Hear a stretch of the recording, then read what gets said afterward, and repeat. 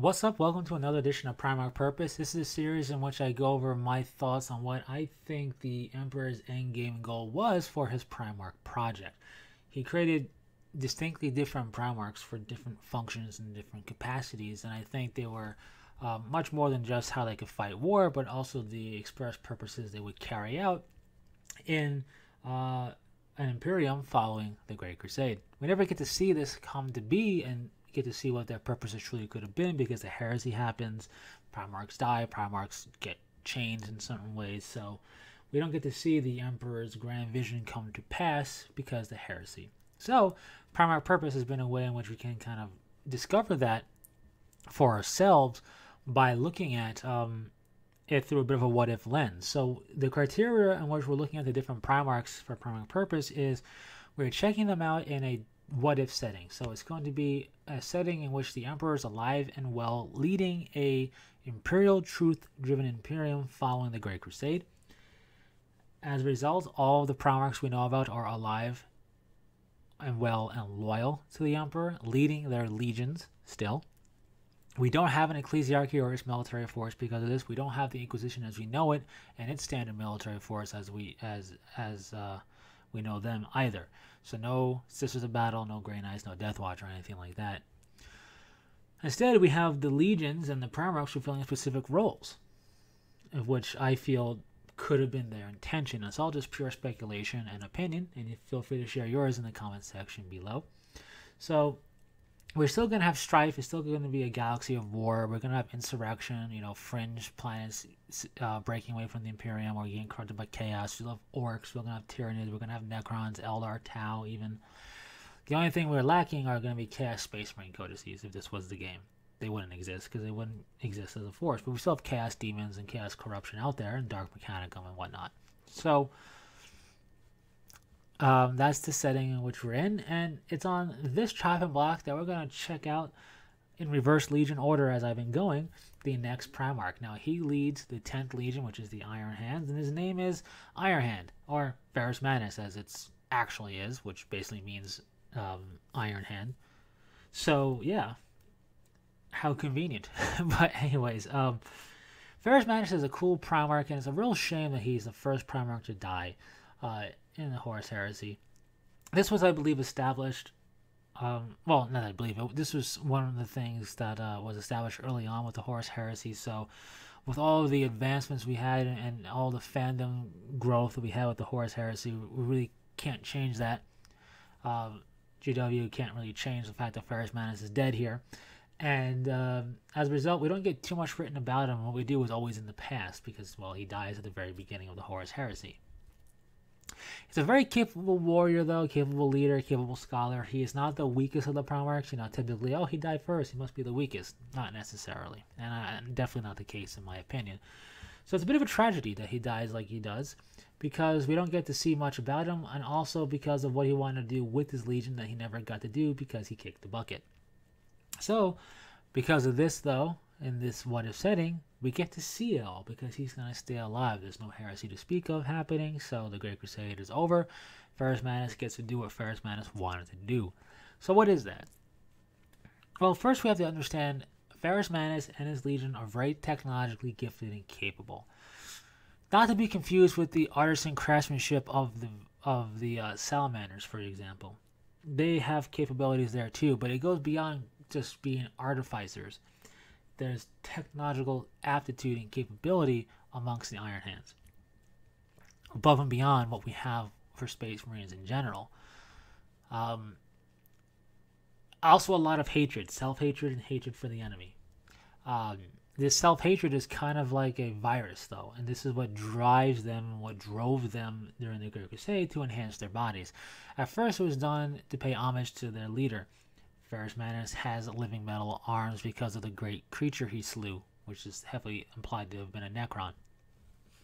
The living metal of the creature he slew basically grafted itself onto his forearms, and has been there ever since, and it allows him great feats of strength and capability. He can quite literally create with his bare hands. He doesn't need tools, which is very cool, but he actively admits that this is a bit of a crutch. These hands are not my own, and he kind of sees it as interesting and kind of weird that his brothers and those amongst the Imperium forget that these aren't my actual hands. My actual hands are underneath these.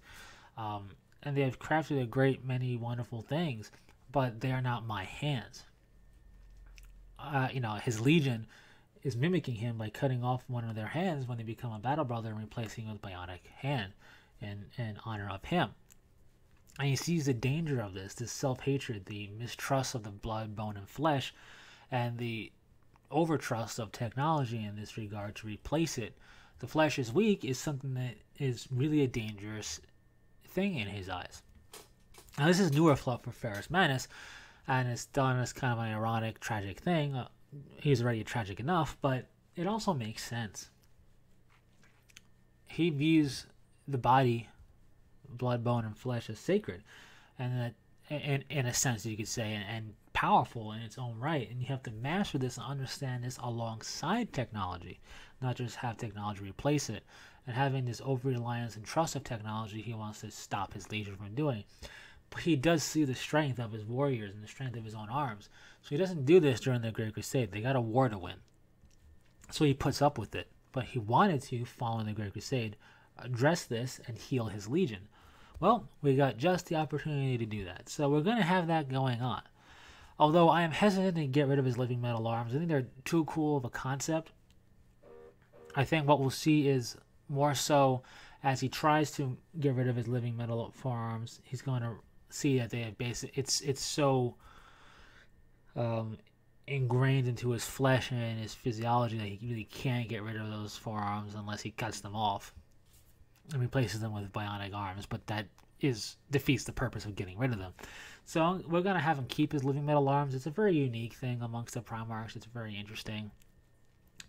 It lets his feat of strength and capabilities be even higher, and it's just cool. So it's a very defining feature of his, so that's why I personally, for this what-if kind of situation of Primarch purpose, I'm going to keep him with his living metal arms, but he's going to use it as a lesson. And those really venerable ancients of the Iron Hands that survive throughout the time periods that are heavily augmented are also going to, he's going to teach them and instruct them and discipline them to also be the example of what happens with over-reliance on the unnatural, if you will, on technology to replace the biological, and showcase that yes, the strength is here, but being the crutch for so long, it's now a part of me, and you don't want that type of philosophy to happen to you. So a bit weird, I know, a bit chunky in my explanation, but the minutia of that detail isn't what's important. What's important is the Primarch's purpose. So the reason he was created, I feel, by the Emperor is for that technological capability and aptitude. The Iron Hands have always had a close tie to the Mechanicum. Now, the Mechanicum is very dogmatically driven, and it stays that way out of necessity in the Imperium, right? They view the Emperor as the Omnissiah, you could say, and whatever. But it's a weird religion, you could say, because it's very tech and reason and logic driven. So they're not given to feats of devotion and stuff like the ecclesiarchy was. So it kind of fits while still being religious and therefore not what the Imperatrice was about. But whatever. That's just a little minutia here and there. I think the purpose of Ferrus Manus, and therefore an extension his legion under his guidance, is to be that technological bridge, to be that force that is capable of pushing technology forward and keeping it from being stagnant.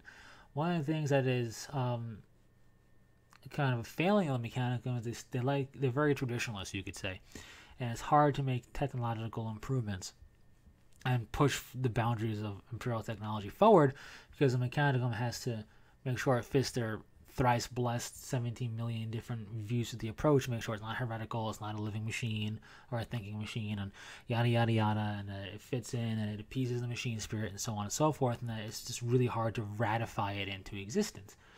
And the Iron Hands are going to, I think, exist, and Ferrus Manus specifically, to be able to be that bridge to progress. We're not looking at Tau capability here. Tau is Tau. Their technology is that way. But what we are looking at is, the acknowledging of the machine spirit, but the ability to make real progress. Basically, the call of the Primarchs. Instead of having call create Mark 10 armor, we can have Ferrus Manus be responsible for Mark 10 alongside maybe some mechanic and maybe even Call. But also responsible for Mark 9, maybe Mark 11, maybe Gravis is its own mark, right?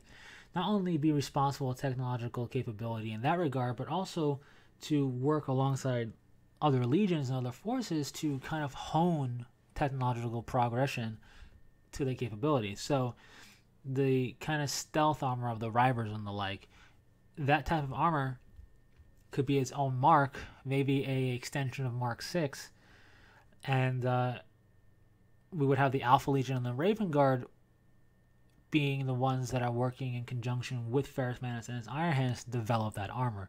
So the Iron Hands will have that armor for testing, and its true stealth capabilities will be tested by the Alpha Legion and the Raven Guard. Much like how Raven Guard were testing Mark 6 armor for so long that they got the armor I'm always called Corvus armor in honor of their Primarch and so forth. Maybe Gravis armor is something that they were developing that they got the Death Guard involved in because it would work very well with their attritional chemical warfare platform too. So maybe they developed that hand in hand, and we have a Death Guard pattern of Gravis and then the Iron Hands Gravis. And then this armor gets disseminated amongst the other legions. Maybe weaponry wise, we see improvement to Meltatech, or we see improvement to las cannons, or whatever it is. Maybe the Hellblaster's weaponry is something that's developed by the Iron Hands through their Primarch in a way to kind of temper down and improve upon plasma. Maybe they develop that in conjunction with the Dark Angels. Stuff like that. Kind of being the cue, if you will, of the legions and specifically of the Primarchs. Kind of the technological advisor, something that could be in connection and in contact with the Emperor and help establish the Emperor's agenda, if you will, without having the Emperor force his hand. Ferrus Manus could be doing that in his own way. Still very active on the battlefield. In fact, it would be the Legion equipped with the most experimental tech in battle to field test it and prove theories out. If they had a codex or rules, they would have rules for experimental equipment type of concept. Being kind of the technological powerhouse that the Iron Hands kind of are in their own way, but without the whole self-hatred, self-loathing, and flesh is weak mentality. Instead, they would have been spiritually reforged, if you will, and the soul of the Legion tempered and healed to the point where flesh is weak, but flesh is also so very strong. Technology and iron is strong, but also so very weak at the same time. And it's through the healthy blending of the two that we have true strength in the form of the Iron Hands and their philosophy. So yes, cybernetic limbs are going to be in the Legion, but not running rampant by necessity. In battle, you're too badly wounded and mauled, the arm cannot heal properly. In its place, you'll have an expertly artificed, wrought cybernetic arm, bionic arm. Think, in essence, in terms of the cybernetic and bionic enhancements that the Iron Hands would be capable of doing for themselves and other legions, and also kind of teaching about, would be along the lines of Deus Ex Human Revolution, that level of their bionic and cybernetic limbs.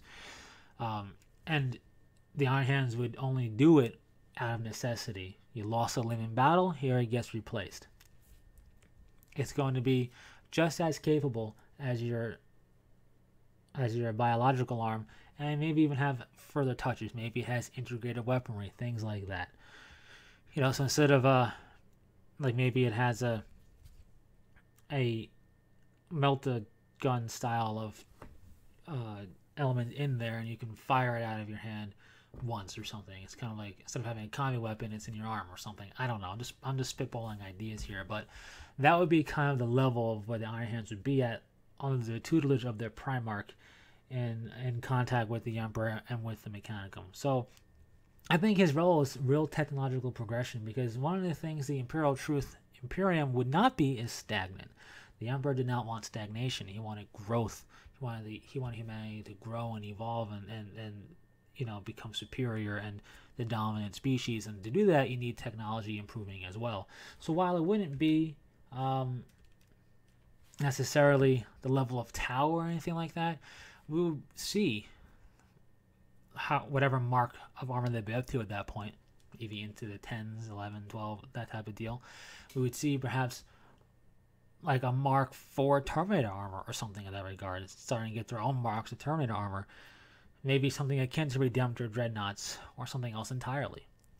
So it would be quite the interesting thing to see if it ever happened. Unfortunately, we'll never get to see that because, of course, he dies in the beginning of the Horus Heresy, and the Iron Hands Legion never gets to be healed of their flesh's weak self-hatred, and that's what they are.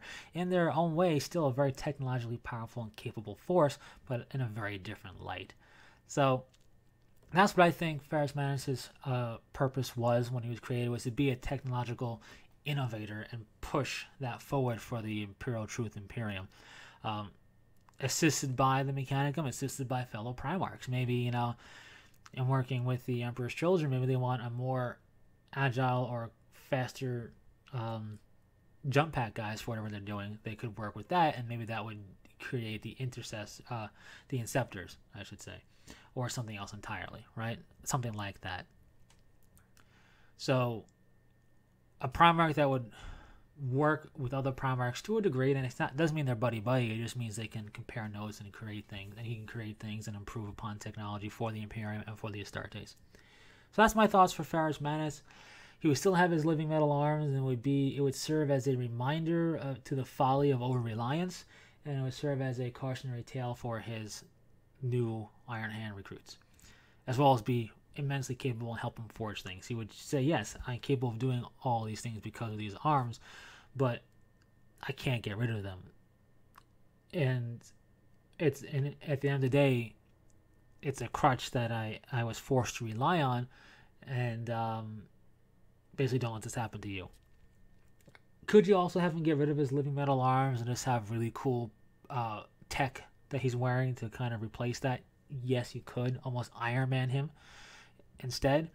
I just think having the living metal arms is really cool. That's why I kept it. But you could easily have it that he got rid of them. Anyways, that's it. Share your thoughts for Ferrus Manus in the comment section below. What do you think about him? If you have any other question, comments, or requests that are not Q&A like, you can leave them in the comment section as well. If you have a random question that's more question and answer style of question or something like that, check out the community tab and post it as a reply to my little thing I have up there for Q&A style questions. Anyways, thanks very much for tuning in and stopping by. And until next time, take it easy.